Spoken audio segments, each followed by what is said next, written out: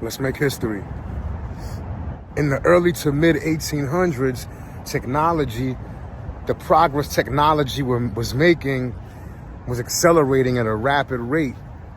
In London, for instance, I think in like 1802, the first steam locomotive. Then in the mid 1800s in New York City, urbanization and just expansion in general was just metastasizing.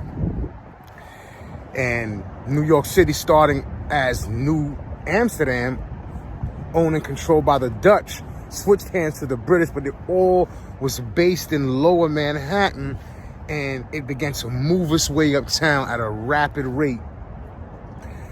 So as businesses began to thrive, more and more people craved open spaces just for casual leisure.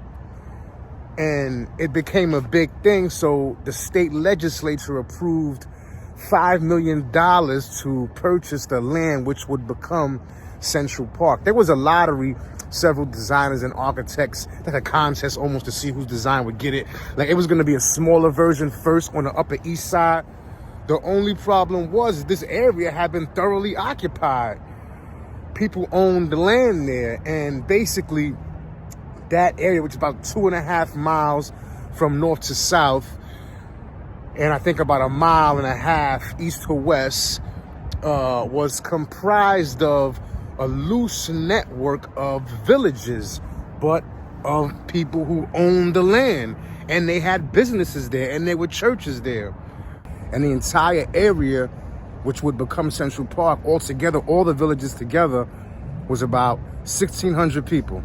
And these were mainly immigrants and freed black people. The largest village was actually a black village, which was founded in the early 1800s, named Seneca Village.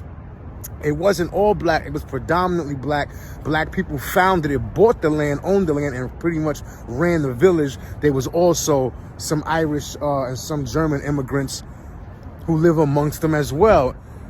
Mind you, Seneca Village was in the area of the 80s on the west side of Central Park in the 80s.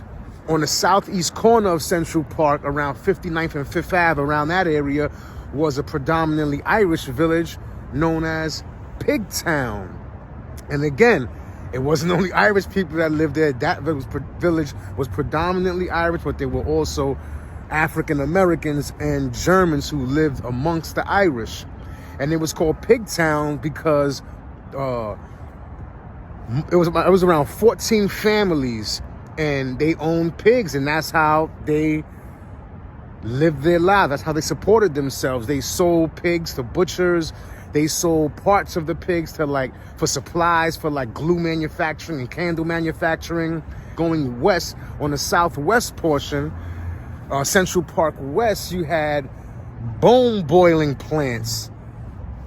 And some of the people who lived in these villages like Pigtown and Seneca Village actually worked at these bone boiling plants that were where current Tavern on the Green stands today.